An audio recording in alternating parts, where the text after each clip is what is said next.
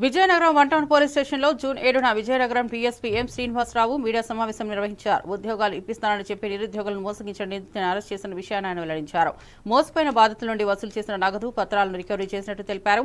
నిందితులు అనేక మందిని ప్రభుత్వ ఉద్యోగాలు నియమించబడతారని నమ్మించి ₹1,00,000 వసూలు చేశారని వివరించారు.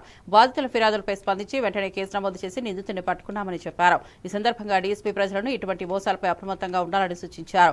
నిజమైన సమాచారం లేకుండా ఎవరైనా నమ్మరాదని, అనుమానాస్పద వ్యక్తులపై వెంటనే పోలీసులకు సమాచారం ఇవ్వాలన్నారు.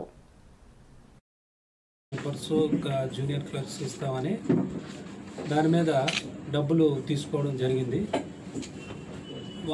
డబ్బులు అయితే తీసుకున్నారు కానీ జాబ్స్ ఇప్పించలేదు. ఆయన ఇచ్చిన రిపోర్ట్ మీద మన 1 టౌన్ సిఐ గారు ఎఫ్ఐఆర్ నమోదు చేశారు. ఇన్వెస్టిగేషన్ మన లక్ష్మీ ప్రసాద్ గారికి ఎంట్రెస్ట్ చేశారు. అయితే ఇందులో ఎక్యూజ్డ్ సుజిత్ అనే ఒక ఆయన ఉన్నాడు, విజయనగరం సంబంధించిన అతను. వాట్సాప్లో స్టేటస్ పెట్టుకున్నాడు. ఏం స్టేటస్ పెట్టాడంటే అవుట్ సోర్సింగ్ జాబ్స్ ఇప్పిస్తాం, మీరు అప్రోచ్ అవ్వండి. దాని మీదట విజయనగరం ప్లస్ ఏలూరు, గుంటూరు ఈ రేంజ్లో మన ఈ జిల్లాలకు సంబంధించిన ఒక 7 వ్యక్తులు ఇతనికి అప్రోచ్ అవ్వడం జరిగింది. వినోద్కి సుమారు ₹53 లక్షలు ఇచ్చారు. కొంత ఆన్లైన్ పేమెంట్, కొంత ఆఫ్లైన్ పేమెంట్. ఇదంతా కూడా 2024-23లో జరిగింది. వీళ్ళు ఏంటంటే ఫేక్ ఐడీలు క్రియేట్ చేశారు ముద్దాయిలు. అలాగే అపాయింట్మెంట్ ఆర్డర్స్ కూడా ఇచ్చేశారు.